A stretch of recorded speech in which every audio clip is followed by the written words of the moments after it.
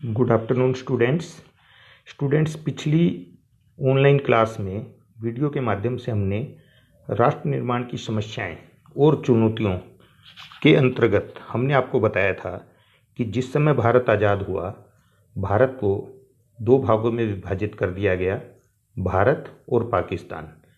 यानी जो मुस्लिम बहुल एरिए थे, जो कि पश्चिमी पंजाब और बंगाल के एक हिस्से को निकाल करके जो है पूर्वी पाकिस्तान और पश्चिमी पाकिस्तान यानी पाकिस्तान को बनाया गया। उस समय भारत के समक्ष अनेक चुनौतियां आई, जिसमें एकता की समस्या, लोकतंत्र यानी जनता की सरकार बनाने की समस्या और लोगों के विकास की समस्या प्रमुख थी। इसके साथ साथ बहुत बड़ी आबादी का एक स्थान से दूसरे स्थान पर विस्थापन हुआ, जिसके कारण भी बहुत सी समस्याएं आई। सांप्रदायिक दंगे हुए, शरणार्थियों की समस्या आई और विभाजन के कारण अनेक समस्याएं, देशी रियासतों की समस्याएं, अल्पसंख्यकों की समस्याएं, प्रशासनिक और अनेक आर्थिक कठिनाइयों का सामना करना पड़ा। ये हमने आपको पिछली वीडियो में के माध्यम से बताया था। आज हम इसके दूसरे भाग में आपको बताएंगे कि जब भारत और पाकिस्तान का बंटवारा हुआ तो भारत से जो बहुत बड़ी संख्या में मुस्लिम बहुल जो मुस्लिम जनसंख्या थी वो पाकिस्तान की ओर गई और पाकिस्तान से बहुत बड़ी संख्या में जो हिंदू थे वो भारत में आए। तो उनके आने से भारत में क्या क्या समस्याएं, उनके विस्थापन की क्या समस्याएं हुई, इसके बारे में आज आपको बताएंगे। तो बच्चों, जैसे हमने आपको बताया था कि देश के बंटवारे और पाकिस्तान के निर्माण के लिए मुख्य रूप से तीन बातें जिम्मेदार थी। एक तो मुस्लिम लीग का द्विराष्ट्र सिद्धांत, यानी मुस्लिम लीग जो है इस बात पर जोर दे रही थी कि देश का विभाजन जो है वो दो हिस्सों में करा जाए, क्योंकि उनका कहना था कि भारत में हिंदू भी हैं और मुस्लिम भी बहुत बड़ी संख्या में हैं, तो इन दोनों का इकट्ठे रहना लगभग संभव नहीं है। तो मुस्लिम जो बहुल एरिए हैं उनको मिला करके अलग देश बनाया जाए। तो जो जिम्मेदार थी, पहली मुस्लिम लीग का द्विराष्ट्र सिद्धांत और दूसरा मुस्लिम लीग द्वारा शुरू की गई सीधी कार्रवाई जिससे देश में हिंसा भड़क उठी, और तीसरा अंग्रेजों की बांटो और राज करो की नीति यानी डिवाइड एंड रूल, जिसने भारत के दो बड़े समुदायों के बीच एक ऐसी खाई पैदा कर दी थी जो बराबर चौड़ी होती चली गई। अब बच्चों, बंटवारे के कारण बंगाल, पंजाब, दिल्ली और देश के अन्य कई भागों में सांप्रदायिक दंगे शुरू हो गए थे। महिलाओं के अपहरण, जबरन शादी और खून खराबे के समाचारों ने क्रोध की अग्नि में घी का काम किया। एक मोटे अनुमान के अनुसार दंगों में 9 से लेकर 13 लाख तक लोग मारे गए। देखो बच्चों, कितनी बड़ी संख्या है कि एक देश जो कि दो भागों में विभाजित हो गया, ये अपने आप में बहुत बड़ा त्रासदी थी, लेकिन लोगों के विस्थापन के कारण इतने दंगे भड़क उठे कि 9 से लेकर 13 लाख लोग तक दंगों में मारे गए और करीब 2 करोड़ लोगों को विस्थापित होना पड़ा यानी ये अपना घर बार छोड़ के दूसरे स्थान पर जाके बसना पड़ा। पश्चिमी पंजाब और सिंध से उजड़कर जो शरणार्थी भारत पहुंचे, उनके पुनर्वास में करीब 10 साल लग गए। 10 साल का समय लगा उनको बसाने में। 1947 में पूर्वी बंगाल पाकिस्तान से भागकर करीब 3 लाख हिंदू कलकत्ता पहुंच चुके थे और 1948 में यह तादाद 6 लाख तक पहुंच गई।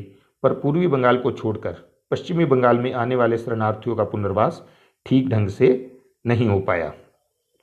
अब बच्चों, बीच में आपने देखा होगा बंटवारे से संबंधित एक मशहूर कहानी भी है, अमृतसर आ गया। उसके बारे में भी मैं आपको बताना चाहूँगा, ये जिससे आपको ये और भी इंटरेस्टिंग वे में समझ आएगा।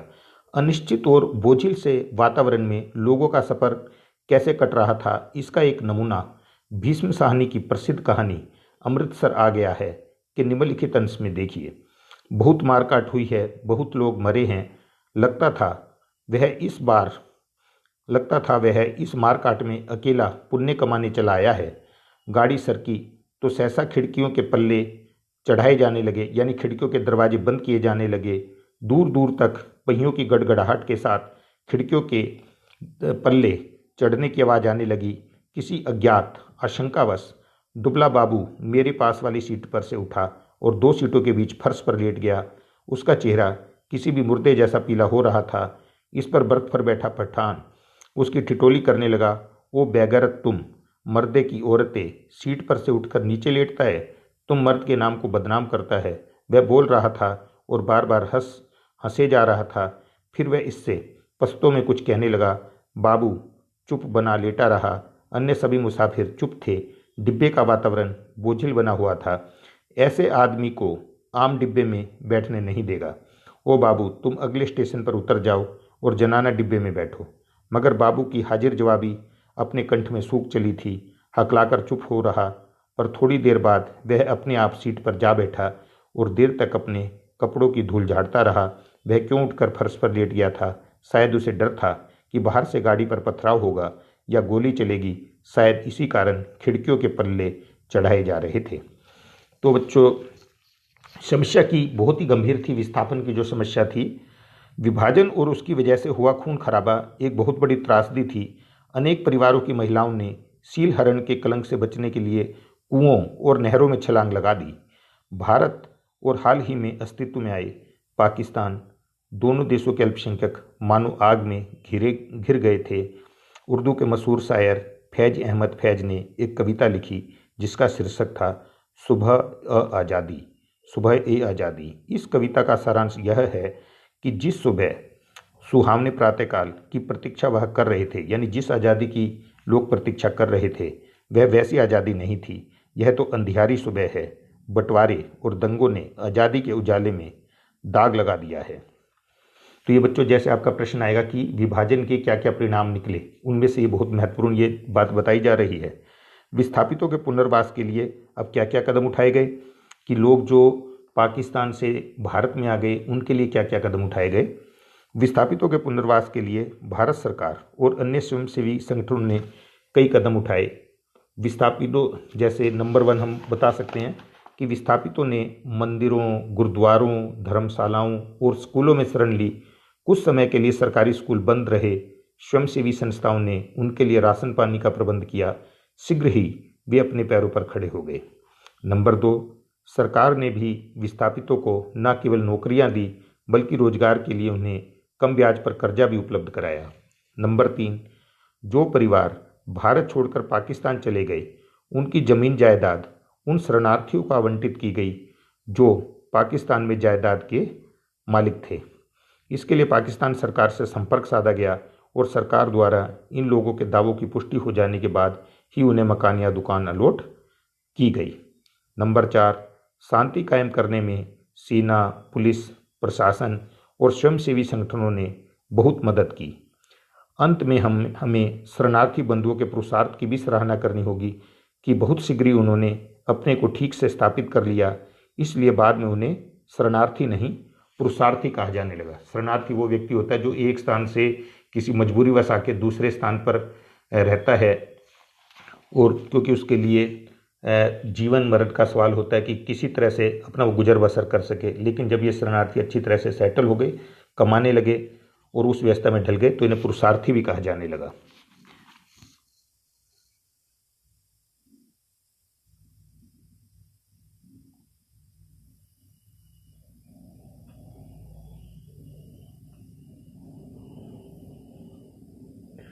अब बच्चों, हम आपको बताएंगे कि देसी रियासतों का या रजवाड़ों का भारत में विलय कैसे हुआ। तो बच्चों, जिस समय भारत आज़ाद हुआ, हमने आपको बताया था कि भारत में अनेक देसी रियासतें थी, अनेक देसी रजवाड़े थे जो कि बहुत बड़ी संख्या में थे। यहाँ पर आप स्क्रीन पे देख रहे हो, इनकी संख्या 562 थी। लेकिन इनकी लगभग जो संख्या थी, आप कभी भी एग्जाम में आता है तो 565 लिखना, अधिकतर जगह 565 ही बताई गई है। तो छोटे छोटे देसी राजे थे, छोटे छोटे देसी रियासतें थी, तो इनकी बहुत बड़ी संख्या थी। इनका भारत में विलय करना, इनको भारत के अंदर बसाना एक बहुत बड़ी समस्या थी। क्योंकि जब अंग्रेज गए थे तो उन्होंने ये निर्णय लिया था कि जब भारत आज़ाद हो जाएगा तो भारत और पाकिस्तान 2 देश होंगे, और जो देसी रियासतें हैं, देसी जो रजवाड़े हैं, उनकी इच्छा होगी कि वो भारत में शामिल हो सकते हैं या पाकिस्तान में शामिल हो सकते हैं या फिर अपने आप को स्वतंत्र रख सकते हैं। तो भारत की एकता के लिए भी ये बड़ा खतरा था कि किस तरह से इन राज्यों को मिला करके भारत में शामिल किया जाए, क्योंकि कुछ भी राज्य अगर भारत में अलग देश बना करके रहते तो वो अपने आप में एक बड़ी समस्या थी। तो स्वाधीनता के समय भारत दो भागों में बटा था, ब्रिटिश भारत और देसी रियासतें। ब्रिटिश भारत वो था कि जहाँ पर जिन जो क्षेत्रों पर ब्रिटिश सरकार का सीधा नियंत्रण था, तो इन रियासतों की संख्या लगभग 565 थी। ब्रिटिश भारत के प्रशासन में तो थोड़ी बहुत जनता की साझेदारी थी, पर रियासतों पर राजाओं या नवाबों का शासन था।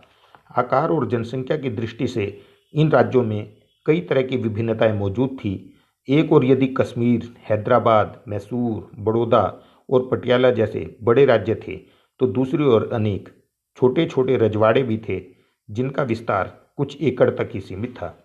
जम्मू और कश्मीर राज्य का क्षेत्रफल 2,22,236 वर्ग किलोमीटर था। लगभग इतना ही क्षेत्रफल ब्रिटेन का है, यानी जम्मू कश्मीर जितना, ब्रिटेन जितना अकेला जम्मू कश्मीर था। हैदराबाद सबसे बड़ी आबादी वाली रियासत थी।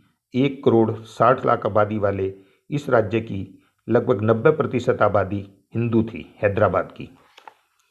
देसी रियासतों की कुल आबादी लगभग 9,30,00,000 के करीब थी। देसी रियासतों ने ब्रिटिश सरकार के साथ जो संधियां कर रखी थी, उनके अनुसार आंतरिक मामलों में इन रियासतों का काफ़ी सीमा तक स्वशासन के अधिकार हासिल थे। यानी जब ब्रिटेन का भारत पर शासन था, तो इन देसी रियासतों ने ब्रिटेन से संधि कर रखी थी कि आंतरिक मामलों में अपना शासन करते रहेंगे। जहाँ तक ब्रिटिश सरकार का प्रश्न है, वह देसी राज्यों की बाहरी हमलों से रक्षा के लिए पूरी तरह से जिम्मेदार थी। उत्तराधिकार के संबंध में कोई विवाद हो तो इसका निपटारा भी ब्रिटिश सरकार ही करती थी। भारी कुशासन और आंतरिक गड़बड़ की स्थिति में भी ब्रिटिश सरकार राज्यों के मामले में हस्तक्षेप कर सकती थी। तो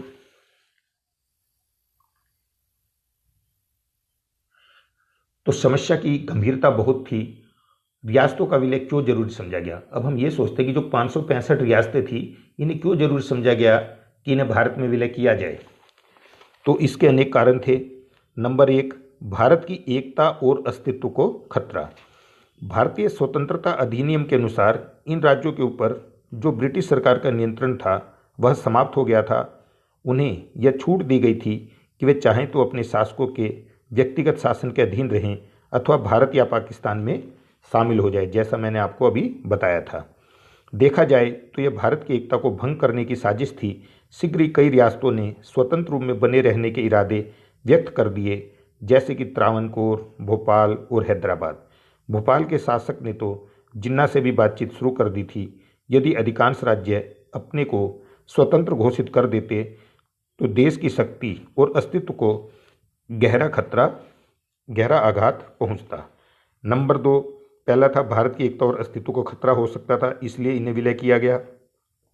नंबर 2, अधिकांश राज्यों के शासक निरंकुश और स्वेच्छाचारी थे।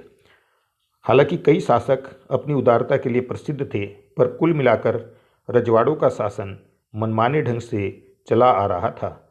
रजवाड़ों को राजाओं की मर्जी पर छोड़ देने का मतलब था उनकी प्रजा को लोकतांत्रिक अधिकारों से वंचित करना।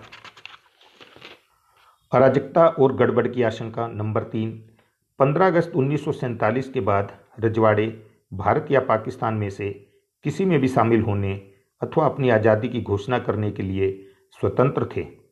राजा यदि आज़ादी का सपना देखना शुरू कर देते तो इससे न केवल भारत की एकता को आघात पहुंचता, बल्कि रजवाड़ों की प्रजा भी इसे पसंद नहीं करती। राजाओं की क्रूरताओं ने आम लोगों के मन में उनके प्रति घृणा उत्पन्न कर दी थी। जन विद्रोह से शांति और व्यवस्था गड़बड़ा जाती, इसलिए भी इन्हें अकेला नहीं छोड़ा जा सकता था।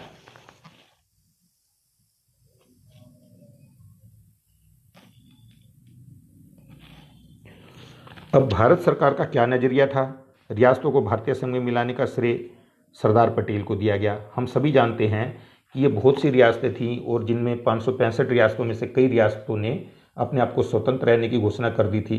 तो ऐसे में हमारे गृह मंत्री लौह पुरुष सरदार वल्लभ भाई पटेल ने अपना महत्वपूर्ण योगदान दिया और सभी रियासतों को जैसे तैसे भारत में शामिल किया गया। इसीलिए सरदार पटेल को लौह पुरुष की संज्ञा भी दी जाती है। भारत सरकार इस बात के लिए तैयार नहीं थी कि सैकड़ों देशी रियासतें भारत की सीमाओं के भीतर बनी रहे। ये तो इस तरह से होता कि जैसे एक देश के अंदर कई सौ देश और हो जाते। भारतीय नेताओं के समक्ष सबसे बड़ी चुनौती यह थी कि इन रियासतों को किस प्रकार भारत में मिलाया जाए। भारत सरकार ने इस समस्या को सुलझाने के लिए सरदार वल्लभ भाई पटेल की अध्यक्षता में एक राज्य विभाग स्टेट्स डिपार्टमेंट की स्थापना की।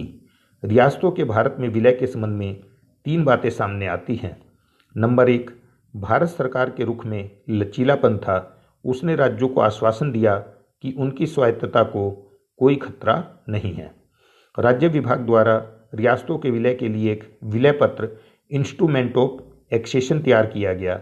इसमें यह व्यवस्था की गई कि देशी रियासतें रक्षा, विदेशिक मामलों में और संचार साधन भारत सरकार को सौंप देंगी।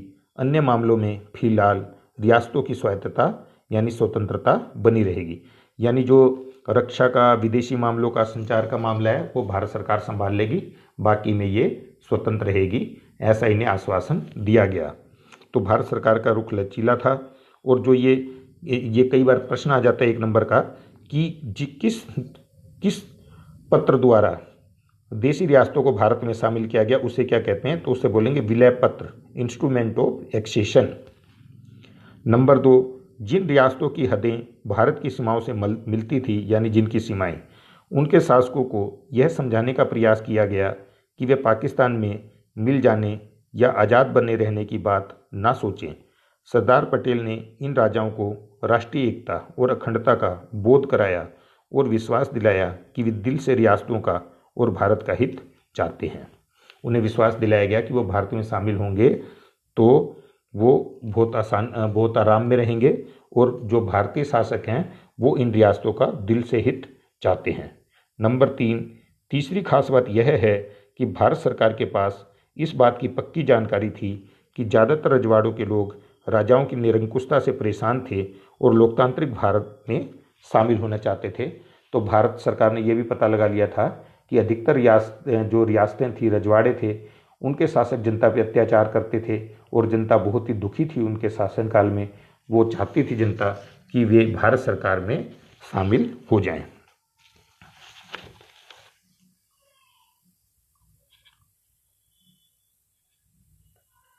अब रियासतों का भारतीय संघ में विलय।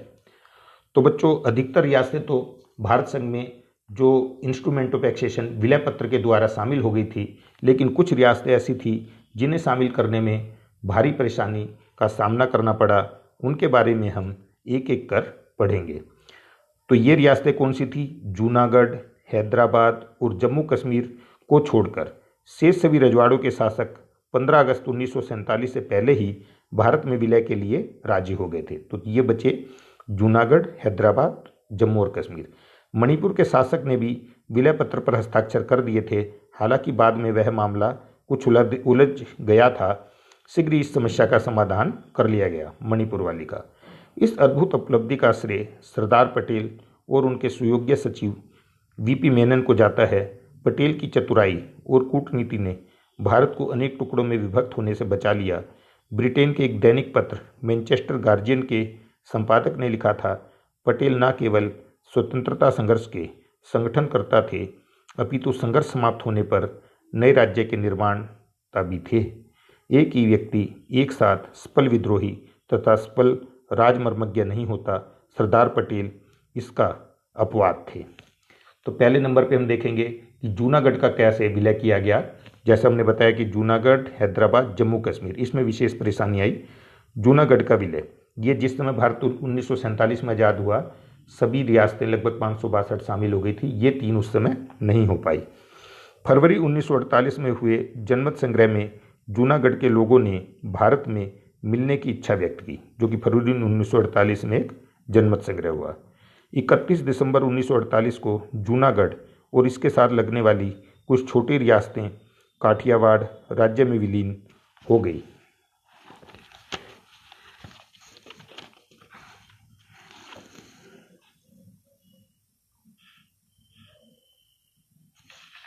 अब बच्चों मणिपुर का विलय देखेंगे। मणिपुर के महाराजा बोधचंद्र थे। इन पे छोटे छोटे क्वेश्चन आ जाते हैं कि मणिपुर के राजा का क्या नाम था। वो बोधचंद्र थे, बोधचंद्र सिंह थे ने 15 अगस्त 1947 से कुछ दिन पहले ही विलय पत्र पर हस्ताक्षर कर दिए थे। ऐसा करने से पहले उन्हें यह विश्वास दिलाया गया कि राज्य की आंतरिक स्वायत्तता बनी रहेगी। राज्य के लोग चाहते थे कि मणिपुर में विधानसभा का गठन किया जाए। जून 1948 में आम चुनावों के बाद विधानसभा अस्तित्व में आई। इस प्रकार मणिपुर में अब निरंकुश राजतंत्र ने संवैधानिक राजतंत्र का रूप ग्रहण कर लिया। मणिपुर राज्य भारत का पहला ऐसा प्रदेश था जिसमें मत देने का अधिकार बिना किसी भेदभाव के सभी बालिग स्त्री पुरुषों को दिया गया। तो ये भी एक प्रश्न बन जाता है कि वह कौन सा राज्य था भारत का जिसमें मत देने का अधिकार बिना किसी भेदभाव के बालिग स्त्री पुरुषों को दिया गया। तो वो मणिपुर था, क्योंकि यहाँ पर 1948 में सर्वे कराया गया और जिसमें जनता ने जो है अपने अधिकार का उपयोग करते हुए भारत में विलय की इच्छा जताई। भारत में विलय को लेकर मणिपुर विधानसभा में बहुत मतभेद रहा। मणिपुर कांग्रेस विलय के पक्ष में थी, जबकि कई अन्य पार्टियां इसका विरोध कर रही थी। सितंबर 1949 में भारत सरकार द्वारा महाराजा पर दबाव डाला गया कि वह तुरंत सम्मेलन समझौते मर्जर एग्रीमेंट पर हस्ताक्षर कर दे। महाराजा ने विधानसभा को विश्वास में लिए बिना ही हस्ताक्षर कर दिए। इस वजह से भारत सरकार और मणिपुर राज्यों के संबंधों में कुछ ऐसी कटुता पैदा हो गई जो लंबे काल तक समाप्त नहीं हो सकी।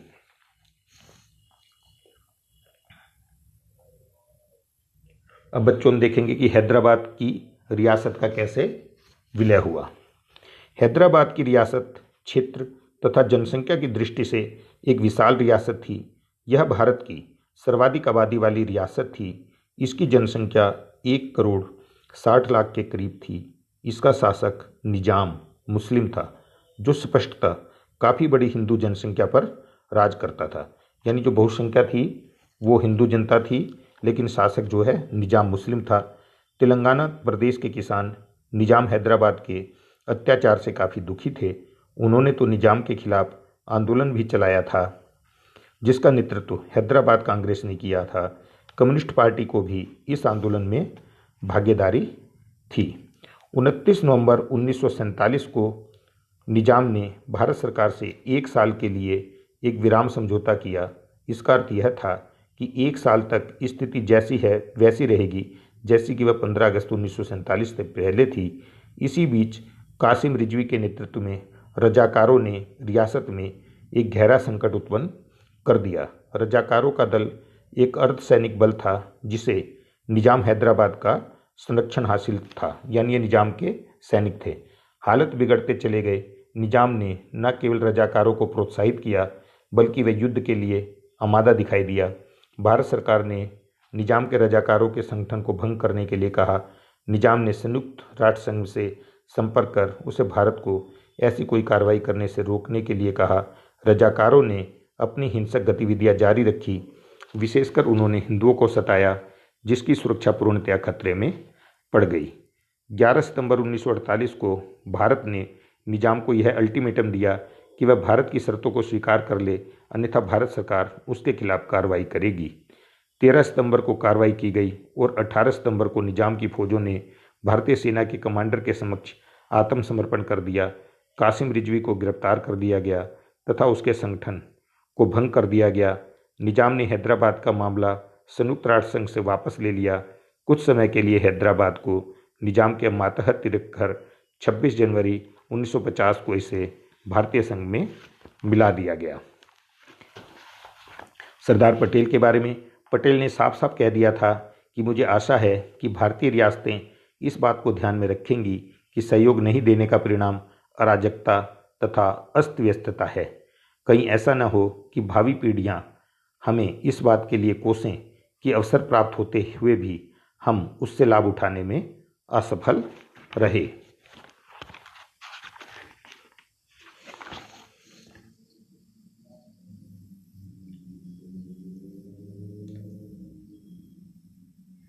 अब बच्चों, जो अंतिम रियासत जिसे विलय करने में काफ़ी परेशानी आई उसके बारे में हम पढ़ेंगे, वो है जम्मू और कश्मीर का भारत में विलय। 15 अगस्त 1947 को जम्मू में कश्मीर की रियासत पर महाराजा हरि सिंह का पूर्ण नियंत्रण था। ये भी आ जाता है कि जम्मू कश्मीर के शासक आज़ादी के समय कौन थे, तो महाराजा हरि सिंह, जो कि एक हिंदू शासक थे। सन 1941 की जनगणना के अनुसार रियासत की कुल जनसंख्या 40 लाख थी, जिसमें से 77% मुसलमान तथा 20% हिंदू और शेष सिख और बौद्ध थे। पाकिस्तान कश्मीर को किसी भी तरीके से तथा किसी भी कीमत पर हड़पने के लिए अधीर था। विभाजन के तुरंत बाद जम्मू और कश्मीर को सीमा पार से कबाइलियों के हमले से अकेले ही जूझना पड़ा।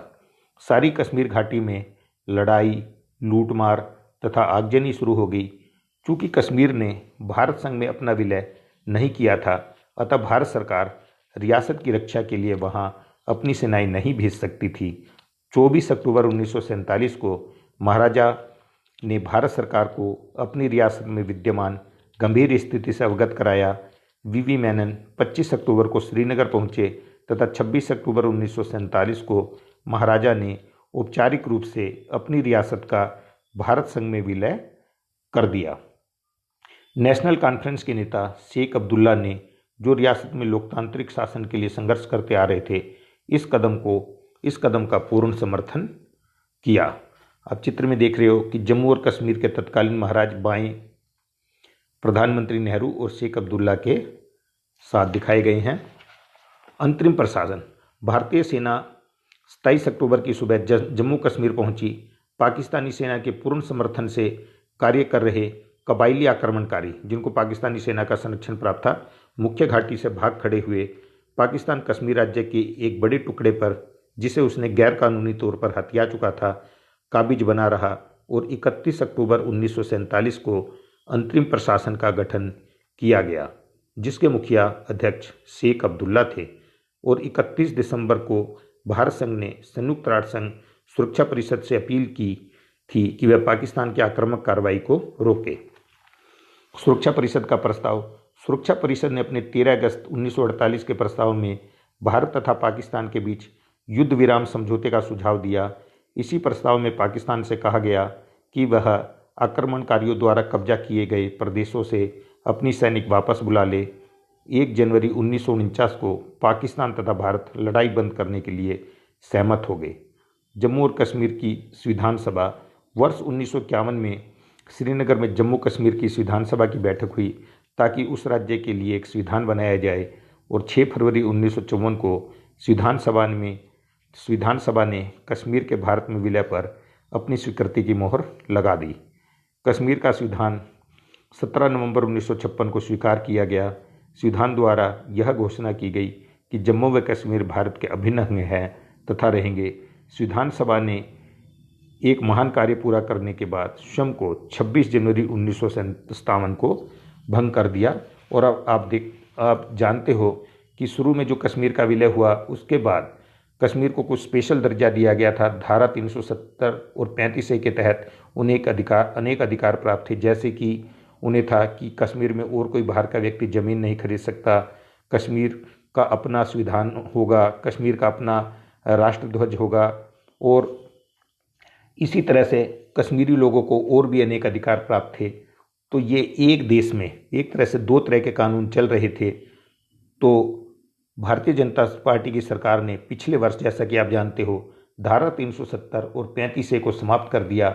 अब जम्मू कश्मीर भी भारत का अन्य राज्यों की तरह ही एक सामान्य राज्य है, और जम्मू कश्मीर से लद्दाख वाले क्षेत्र को अलग निकाल करके लद्दाख को केंद्र शासित प्रदेश बना दिया गया, और जम्मू कश्मीर को अलग जो है स्वायत्त राज्य बना दिया गया।